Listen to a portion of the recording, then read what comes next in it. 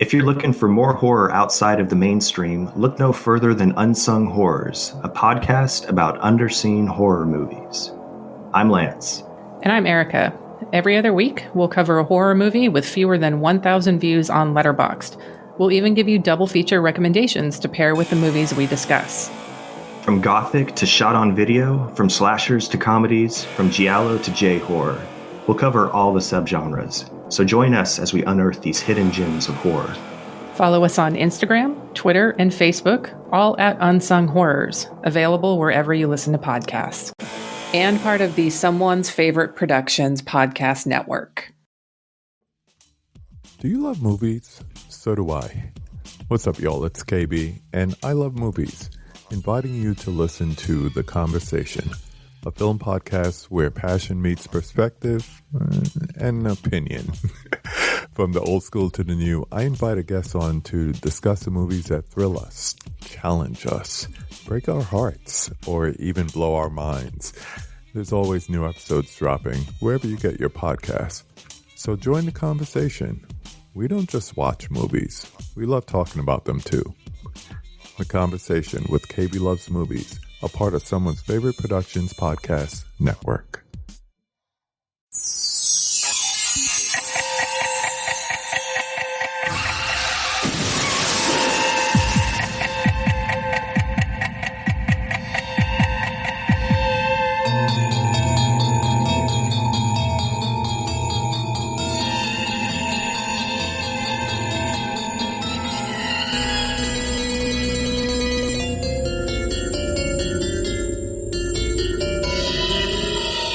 Hi there, I'm Chris Stashew.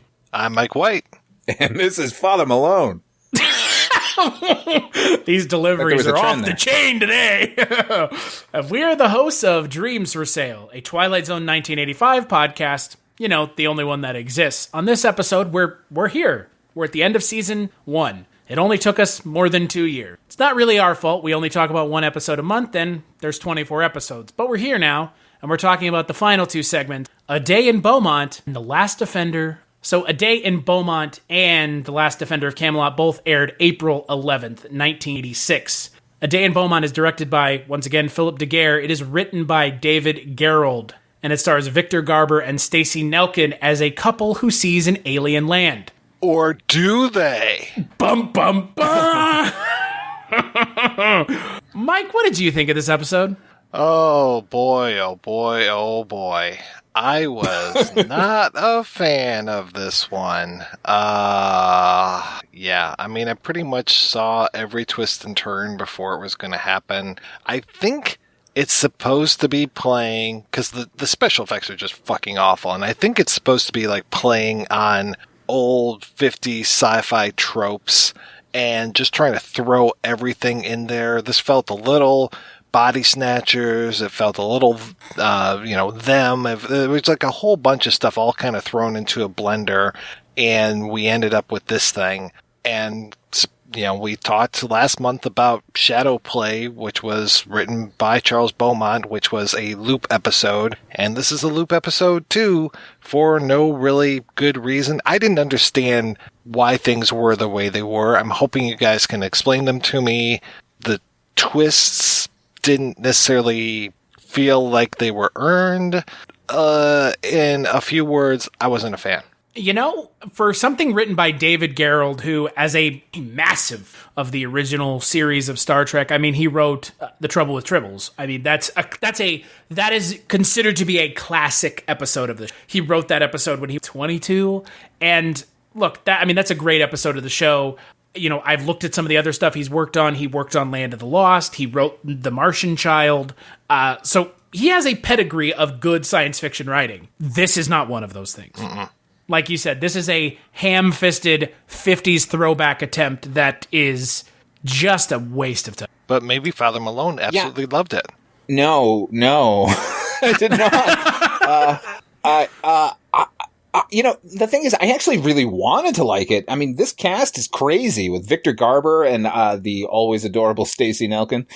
And I didn't think the writing was all that terrible as far as a send-up of 50s B movies. And the original Twilight Zone itself but like the tone was so wildly off the mark. Like they were like the music alone was playing everything for laughs. Like if it could have, I don't know, had they taken it seriously? I don't know. That's maybe asking a lot, but it seems that if it had taken itself more seriously, then it could have been a frightening episode, even though, I don't know.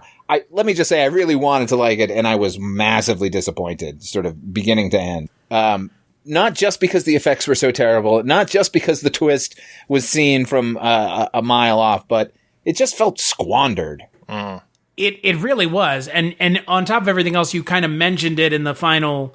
And you mentioned it in the last episode, Mike, that there's, Charles Beaumont. That's the nod to him. But then there's nods to fucking Bradbury, and It Came from Outer Space, and H.G. Wells and Orson Welles. Yeah. Like, it feels more of just, like, how much, like, old school stuff can we throw into this? I mean, there's even a town named after Richard Matheson. It's Ready Player One for boomers. It kind of is. And somehow it's just as disappointing as Ready Player One, with less misogyny.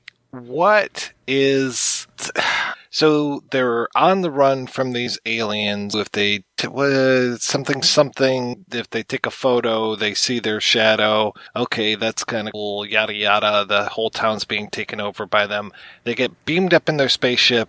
People start to remove their heads, and their giant insect heads underneath. Okay, whatever.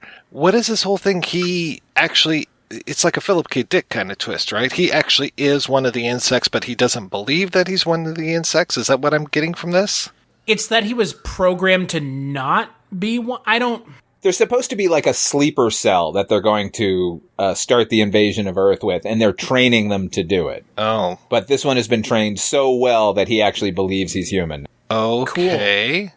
But then it loops. Which sounds better coming out of my mouth than the episode we got. Yeah. But then it loops, and I'm like, okay, well, what are we getting in the loop? Is there another guy who's been trained that well? Yeah, I don't know. What a waste of a really amazing actor like Victor Garber, right? Truly. Are you saying that seriously or not seriously? I love Victor Garber. He's a great character actor. Okay, I only know him really from Alias, and I think Alias is dog shit. So, well, I mean, Alias aside, like, I truly find Victor Garber. I'm sure you saw Godspell. Oh yeah, that's true. Who hasn't? What's funny is I've been listening to the original soundtrack, the Broadway performance of Sweeney Todd for like 20 years, and did not realize that he was the original Anthony. Wow. In that show. So yeah, I love Victor Garber. I was shocked at how ill-served he was here. Also, I was shocked that they kept his mid-80s perm when this is clearly supposed to be the 1950s. Right. Yeah. Yeah, that kind of threw me off. There's a movie... Sorry, I keep like going to other sources. Like last episode, I talked about Black Mirror. This one, there's a movie called Top of the Food Chain, also known as Invasion. And they send up 50s sci-fi films, kind of like they're doing here, but they do it so much better. And if folks are interested in this as a concept, I would say check that out. It's hilarious. It's super dry. Like jokes are just kind of slid in there, and if you're not paying attention, you'll miss them. Really good stuff. And I kept thinking about that while I was watching this, and I was just like, is this supposed to be funny over the top? Or because it just feels like Garber's like over the top completely all the time. And I know maybe, again, he's kind of Kevin McCarthying it, but Kevin McCarthy wasn't over the top until the very end of Body Snatchers. He wasn't at 11 the entire time. Well, that's right. The thing about this episode, right, is that this episode segment is that it has to, like, get to that point in the span of 18 minutes. Yeah, true. So you get, like, I mean, you're not wrong. They do it over, like, the span of, like, a minute and a half. And it's like, what the fuck? Like, oh, their pinkies are extended. That's the sign. Like, that's the sign that they're aliens. Like, wow, guys, the cheapest option was not always the best option, but it is the option you went with. Because speaking of cheap options, my favorite part of the entire episode is they have escaped the aliens. He needs to get to a phone to talk to his doctor friend or the editor of the newspaper or whatever. They stop in the middle of the desert. There's a phone set up, and they've taken the sort of press-on letters that you put on your mailbox and written telephone down the side. I'm like, oh, thank God they pointed that out, or I wouldn't know what device he's using here. Otherwise, the kids today, they wouldn't know what that was. Oh, true. Yeah. What a prescient choice they made back in 86. They saw Wall Street. They knew what was coming. Everybody's going to have those big, clunky Michael Douglas cell phones. Totally. The Michael Douglas phone. I think we should just call it that from now on. I'm so glad, Chris, that you explained the longer pinky thing, because I don't know how I missed that. I just kept seeing them like focus in on the hands, and I was like, what? Is there something on the hand? I was looking for like an indicating mark or something. I didn't realize it was the pinkies. I guess I just wasn't paying attention. And the best thing about that is that is their obvious flaw, and they all like walk around with their arms folded, showing it off. What a crack infiltration team! Have you seen over there? And they point with their pinky. I mean, if you don't stir tea with your pinky out, that's true. I usually sip it. What are you doing with your life? I think my favorite moment is when Stacey Nelkin takes her head off. I laughed out loud. Yeah. Speaking of that, like, how many unmaskings did we actually need? Oh, I know. Yeah, an endless progression of them pulling at their foam, rubber, latex appliances. Yeah. It was like, okay, we get it. They're like, as soon as one of them did it and the others didn't scream in horror, I was like, okay, they're all insects. And then when they did it again. And oh, there's the three guys back there. They need to do it too. It's like, oh my God, really? I wish they had cut to other parts of the ship where everyone is doing it. It's like all the unmaskings in Mission Impossible 2. Just like, oh, we had this effect in the first one. We're going to do it a lot. A lot. Lord. I wish that this segment was better. I think we all wish that the segment was better because it has the ability to be good, and I think its heart is in the right place, but I don't think it has anything to say. No. But hey, you get to see Stacey Nelkin take her head off, and there's a bug head underneath, so at least there's that. Spooky scary. Oh boy. Let's talk about the final segment of Season 1, The Last Defender of Camelot. Once upon a time, there was a realm of myth and magic. A high, bright dream that shimmered briefly and then was gone, leaving only memories and one ageless, weary, slightly tarnished hero who proved at last that wisdom and valor go hand in hand on Earth, in Camelot, and in the Twilight Zone. So this segment is directed by Jeannot Swark. So it was close. Jeannot Swark. It is written, like we've mentioned, by George R.R. Martin. He actually adapted the short story of the same name by Roger Zelazny, which is also called The Last Defender of Camelot. And it's about, shockingly, The Last Defender of Camelot. But it has Richard Kiley in it, so we spared no expense. It's got one hell of a cast. I mean, Jenny Agutter, Norman Lloyd, the kid, whoever he is. But I mean, it's got a really good cast. It's got a solid pedigree. I mean, Zelazny is like one of the people that you hold up in the pantheon. Like if we're doing, not Ralph, who's the Martin's ABC of science fiction authors, he would definitely be the Z-spot. So it's really good as far as that goes. I love Jenny Agutter, and anytime she's on screen is great, but she's on screen way too briefly.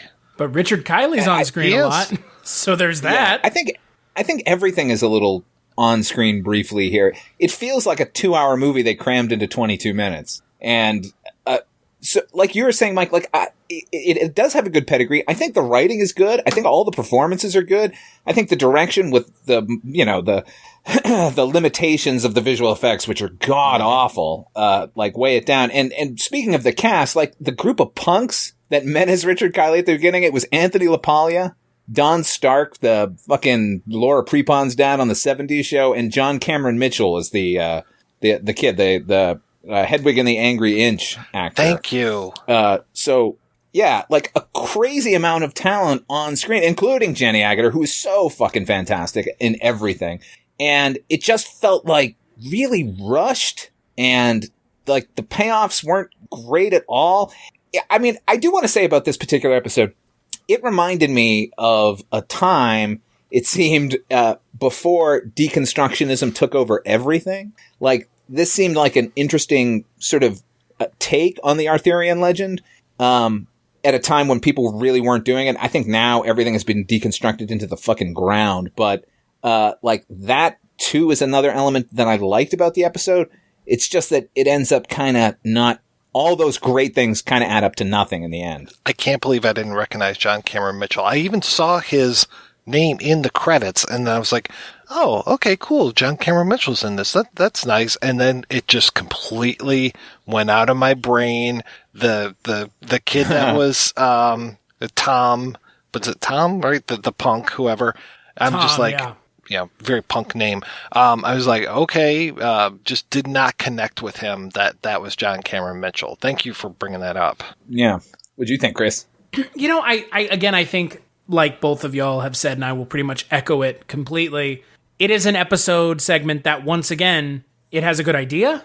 There's a great idea. I mean, again, the deconstruction of these classical kind of folklore and myths, I'm all for it. I love it. I love kind of taking them and putting them in a new setting or new time period. I think that that's really smart. But then it doesn't do anything with it. It just tells the story straightforward. And I think my issue with this segment is more of, it doesn't feel like a Twilight Zone segment. It just feels like you said, Mike, a movie. A actual, like, this is an entire concept you could turn into a film, like a feature-length presentation. And I kind of don't know why anyone hasn't. I mean, it has an interesting plot. It has an interesting story. It deviates from the short story. But at the same time, it does have something to say. And I think it has something to say about kind of, age and longevity and stuff like that. But I don't think it does anything. And, it has, like you've said, Richard Kiley and all kinds of really talented actors. And you just kind of wonder, why cast all these great actors if you're just not going to give them anything to do? Yeah. But what a fight, huh? Yeah. Oh, jeez. Yeah. The sets and stuff, I was just like, oh man, be careful. You don't want to knock over that huge granite rock that you're next to. You don't want to, I don't want a reproduction of Stonehenge that looks like it's in danger of being knocked over by a dwarf.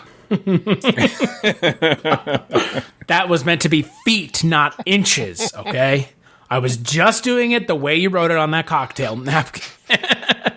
I mean, that Stonehenge... confused as Nigel. The fact that Stonehenge looks better in Spinal Tap than it does in this is a testament to how fucking bad this looks. And I mean, A for effort, but come on. Yeah. And I mean, I would like to go back and read the story that this was based upon, because I could see this being fleshed out and having a lot more stuff to it. I don't know if Martin took it and pared it down or if he tried to bolster it. Is this one of those things like the Devil's Alphabet where it was, 6 paragraphs that we turned into an episode? Or was this like a novelette or something where it was like, yeah, and then we get Tom's story and he and Sir Lancelot will go off and they have adventure, and then they have to come back and, oh, Merlin's actually still alive or whatever. But yeah, it could have been a lot more. This could have been, what was that one with Patrick Stewart, like the kid from Camelot or whatever that was. Just like, okay, yeah, this is a pretty good movie, and they're kind of redoing some of the Camelot stuff. But yeah, this had those building blocks, but they just do things with them. And look, this is the probably only opportunity I will ever get to talk about this particular person, so I'm going to take this tiny opportunity that we've been given to talk about George R.R. Martin. I think he's wildly over me personally. And I've seen this comparison of him being the American Tolkien.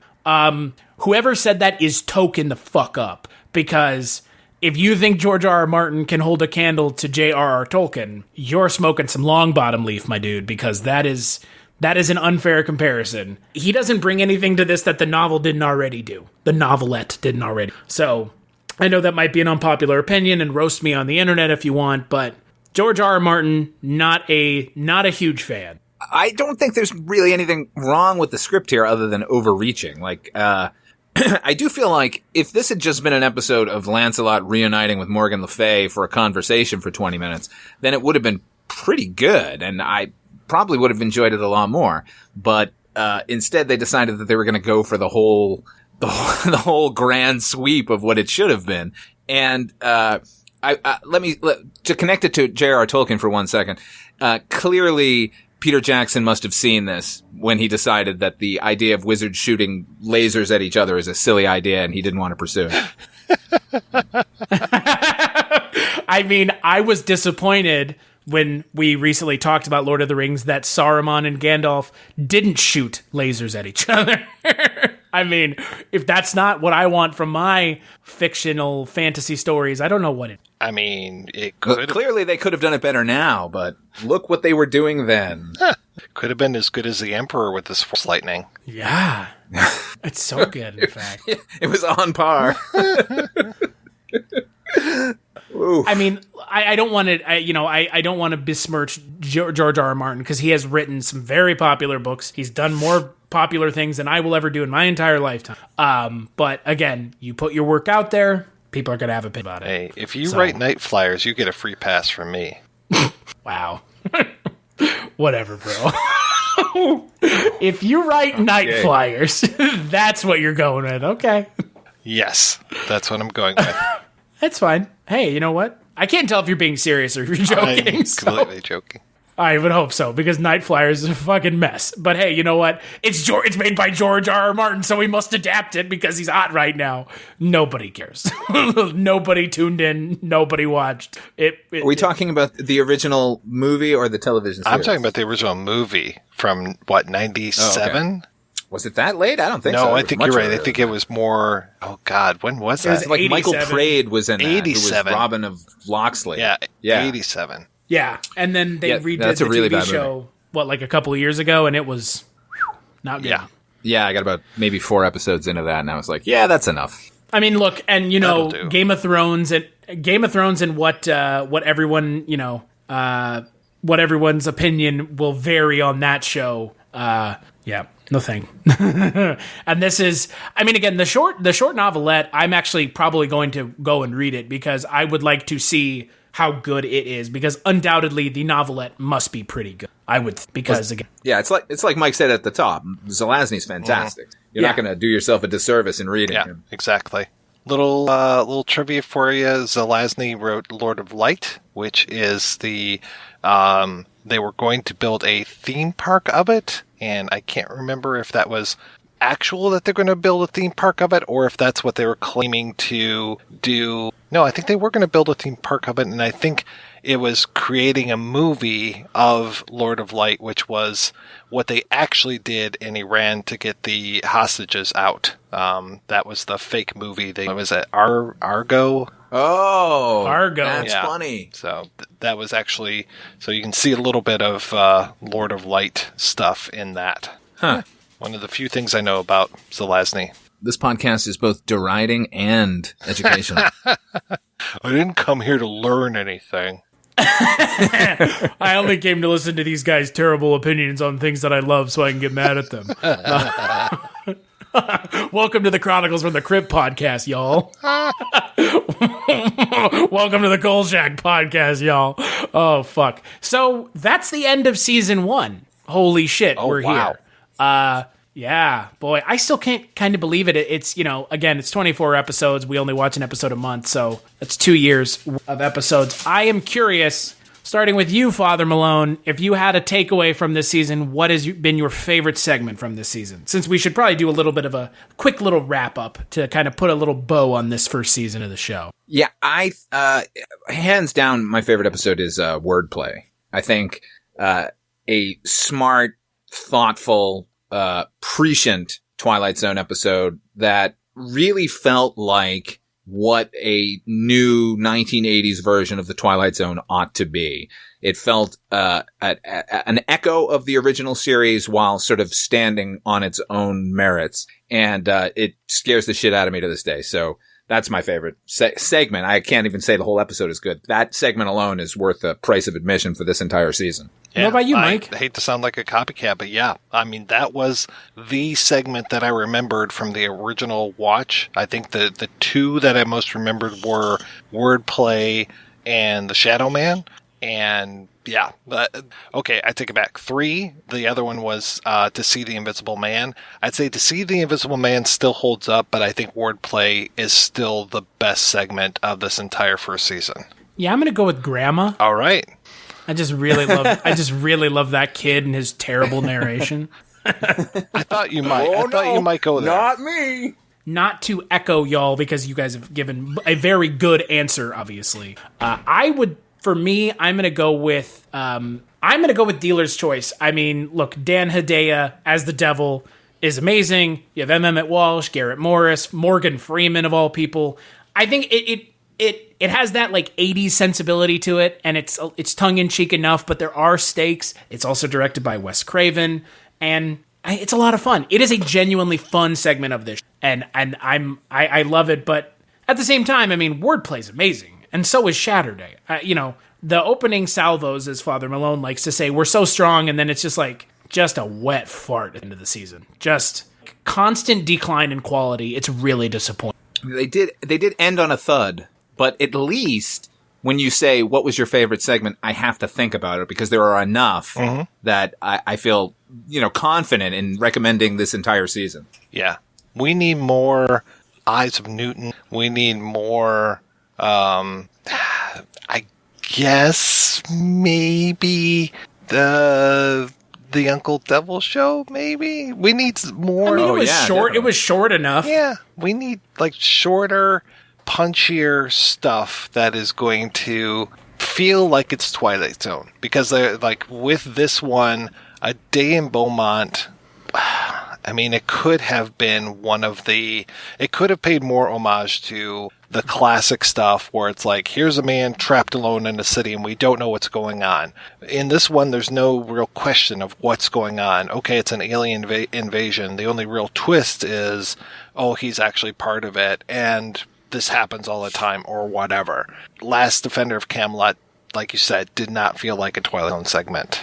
To your point, Mike, and I know Father Malone hates us bringing this up, but the 2000 version of Twilight Zone does a very good job of not showing its hand too early. Because that was always part of what made Twilight Zone great, is there is a little bit of them withholding a little bit of the information so you can kind of get to know the situation and the narrative with the character, as opposed to them just like looking at the camera and being like, I don't know if this is real or not. Like, okay. Right. All right. Fine. No, you don't know. I don't know. If you don't know, it's probably not real. So like, as much as as much as we've derided other Twilight Zone reboots, this show could use a little bit of that, because again, these last 2 episodes are just, I'm not talking segments. These last 2 episodes completely just show their hands up front. They're just like, yep, there you go. Let me spoon feed it to you. Yeah. And like, we weren't stupid in 85 when people were watching it, and we're really not stupid now. You don't have to hold our hands. And if you think you need to, you just don't. You don't need to. Give the audience something to chew on. Give them a little something to think about. Don't just, like you said, hold their hand and tell them what they need to understand at the go. Because it's lazy story. And the episodes or segments that I responded to most favorably this season kind of eschewed the entire twist. Like, I know people remember the Twilight Zone for its twist endings, but like, the best ones seem to not be predicated on that at all. Like, yeah, Wordplay starts with the problem. Like, and I mean, it isn't clear immediately, but it isn't like at the end, oh, by the way, here's the twist. So like, they don't need it. And the fact that they're still kind of like trying to force it out there is crazy to me. And it's a bummer. It's a bummer. But hey, you know what? We have another season to look forward to. It's the only other season with Charles Aidman doing the narration, but it's only 10 episodes long. 11 episodes long. So we have a lot less to watch. And there seems to be also a lot less of 3-part episodes. There's only 2 3-parters, which is a bummer, because I think for me, the most exciting stuff we've watched have been these short, little quick segments, because it puts the creators, both director and writer, in a box that they can't really get out of, so they have to figure out how to work within it. And I really like that, and I find that to be exciting. But I don't think we're going to be getting a whole lot of that next season, because there aren't very many short segments, which is unfortunate. Yeah, it's a drag considering Dreams for Sale is one of those. Yeah, and so is the Uncle Devil Show, and so is the not Little Boy Lost, Children's Zoo, which is another great segment. Absolutely, and in each of those, if there's a twist, just give us a 8-minute segment, and because that's the only thing you're trying to do is pull the wool over our eyes for however many minutes. Don't belabor it and stretch something out just so we can have this twist that we've already seen from the opening frame. No, that's Chronicles from the Crypts. That's our purview. That's what we have to deal with. is that That's true? Yeah, twists that are so obvious. They're you can see them from the first frame of. So until the next time we talk about Twilight Zone, which will be us talking about the first episode of season 2, another George R.R. Martin segment, The Once and Future King, and A Saucer of Loneliness. Until then, where can people find you, Michael? You can find me over at the Projection Booth Podcast, which is available at projectionboothpodcast.com. What about you, Father Malone?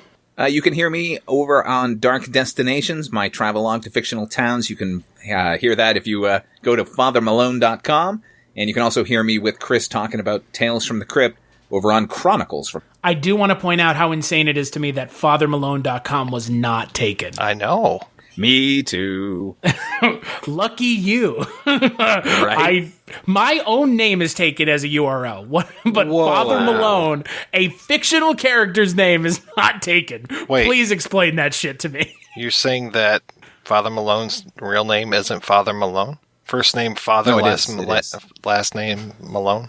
That's absolutely accurate. My name is Father Malone. Okay. I thought it was actually Father Mal 1. Oh, that was just for a little while. I was trying something out. As for me, you can find me on Twitter at Christmas Claus. You can also find me on a couple other podcasts. Father Malone's mentioned it. Mike and I do a podcast about Rankin and Bass movies called Rankin on Bass, and we talk about Barney Miller on The Life and Times of Captain Barney Miller. I also do a podcast about movies called The Culture Cast. As always, big thanks to Roxy, Drive, and Neutron Dreams for the music. You can find this podcast at twilightzone85.com, and we'll catch you on the next episode.